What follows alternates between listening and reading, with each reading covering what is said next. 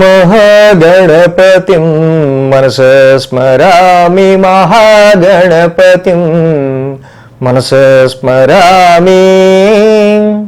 TR creations family అందరికీ నా హృదయపూర్వక ధన్యవాదాలు. సో అలాగే భాద్రపద మాసం శుక్లపక్షం పౌర్ణమి రోజున ఏర్పడబోతున్న ఈ యొక్క చంద్రగ్రహణం సెప్టెంబర్ 7వ తారీఖున సో అది ఏ రాశుల వాళ్ళకి ఎలాంటి ఫలితాన్ని ఉత్తమ మధ్యమ అధమ ఫలితాన్ని ఇవ్వబోతుంది అనేది ఈ యొక్క వీడియోలో చెప్పుకుందాం. సో అలాగే గ్రహణానికి సంబంధించి ముఖ్యంగా చంద్రగ్రహణం అనేది ఇక్కడ రాహుగ్రస్తంగా ఏర్పడడం పౌర్ణమి రోజున ఇది మన భావోద్వేగాలు, మన యొక్క మానసిక స్థితి, మన యొక్క ఎమోషన్ మీద ఎక్కువగా దీని యొక్క ప్రభావం అనేది ఉంటుంది. మూన్ అనేది చాలా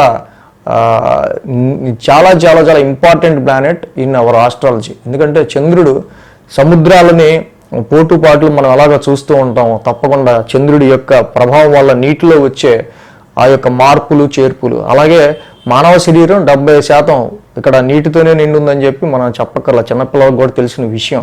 అది సముద్రాల మీద చూపించినప్పుడు మరి మానవ శరీరం 70% నీటితో ఉన్నప్పుడు మన మీద ఎందుకు చూపించదు? సో తప్పకుండా దీని మీద ఎన్నో పరిశోధనలు అన్నీ కూడా ప్రూవ్ అయినాయి. మన ఛానల్లో చాలాసార్లు చంద్రగ్రహణానికి చంద్రుడికి సంబంధించిన ప్రభావం వల్ల ఎలాంటి మార్పులు చేర్పులు వచ్చాయి అనేది కూడా చాలాసార్లు మనం చాలా డైరెక్ట్గా ప్రూవ్ చేసి చూపించాం మనం.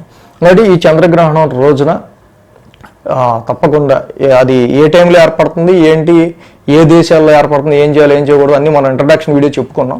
ప్రత్యేకించి ఇక్కడ ఉత్తమ మధ్యమ అధమ ఫలితాలు ఏ రాశులు పొందబోతుంది అనేది ఇక్కడ చూద్దాం ఇప్పుడు. సో ఇక ఈ భాద్రపద శుక్లపక్ష పౌర్ణమి రోజు అంటే సెప్టెంబర్ 7వ తారీఖున ఏర్పడబోతున్న చంద్రగ్రహణం ఇక్కడ అధమ ఫలితాన్ని ఇచ్చే రాశుల్లో మరొక రాశి వచ్చి ఇక్కడ మనం చూసినట్టయితే కుంభరాశి. ఈ రాశికి రాశిలోనే జరుగుతుంది. ఆల్రెడీ తెలుసు ఏలినాడిసిని నెత్తి మీద ఆల్రెడీ మొన్నటి వరకు నడుచుకుంటూ వెళ్ళింది. ఏలినాడిసిని సెకండ్ ఫేజ్ రుచి చూశారు వీళ్ళు, ఆల్రెడీ థర్డ్ ఫేజ్లోకి వెళ్ళారు. సెకండ్ ఫేజ్ అయిపోయినా కూడా మళ్ళీ రాశిలోకే రాహు వచ్చి కూర్చున్నాడు. రాశిలోకి రాహు వచ్చి కూర్చొని ఇక్కడ ఆల్రెడీ గ్రహణం ఎక్కడ పడుతుంది, వీళ్ళకి రాశిలోనే పడుతుంది. సో కాబట్టి ఇక్కడ చంద్రరాహులు ఇదో పైశాచిక యోగాన్ని క్రియేట్ చేస్తూ ఉంటుంది. అమ్మో పేరుకి వినటానికి ఎలా ఉంది అంటే ఏంటంటే మెయిన్గా ఆలోచనల్లో ఒక స్థిరత్వం లేకపోవటం, సో ఏం చేయాలో పాల్పోకపోవటం, కరెక్ట్ టైంలో రాంగ్ డెసిషన్ తీసుకోవటం, తప్పుగా మనం ఆలోచించామా, ఇలా మనం తప్పుగా ఏమన్నా అన్నామా, ఏదో సినిమాలు అన్నట్టు అసలే తను కూడా ఊళ్ళో లేదు నాకు సలహా ఇవ్వటానికి, నేను ఏమైనా తప్పుగా ఆలోచించానా అంటే ఇలాంటివి ఏవో పని చేశాక దాని గురించి ఎక్కువగా ఆలోచించుకోవడం. సో ఇలాంటివి ఈ చంద్రరాహుల యొక్క కలయిక గ్రహణ సమయంలో రాశిలోనే ఉండటం వల్ల ముఖ్యంగా ఏదన్నా విషయం మంచి చెడులు అందరికీ తెలుసు. This is right, this is wrong.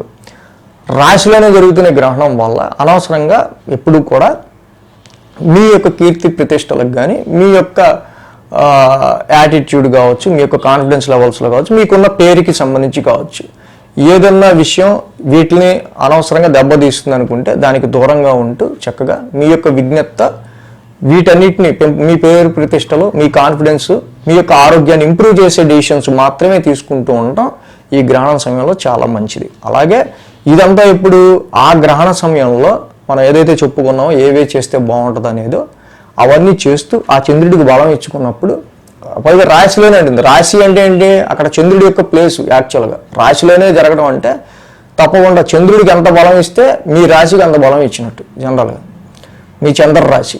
కాబట్టి రాశిలోనే జరుగుతున్న ఈ గ్రహణానికి ఆ యొక్క చక్కగా చెప్పుకున్న జపాలు, ధ్యానాలు, దాన ధర్మాలు ఇవన్నీ చేసుకుని మూడుకు ఒక స్ట్రెంగ్త్ ఇస్తే మీ యొక్క కాన్ఫిడెన్స్ లెవెల్స్లో కానీ, ఆలోచన తీరులో కానీ ఎక్కడో కూడా చివరి నిమిషంలో మీరు రాంగ్గా ఏదైతే రాంగ్ దాని మీదే రైట్ పెడతారు.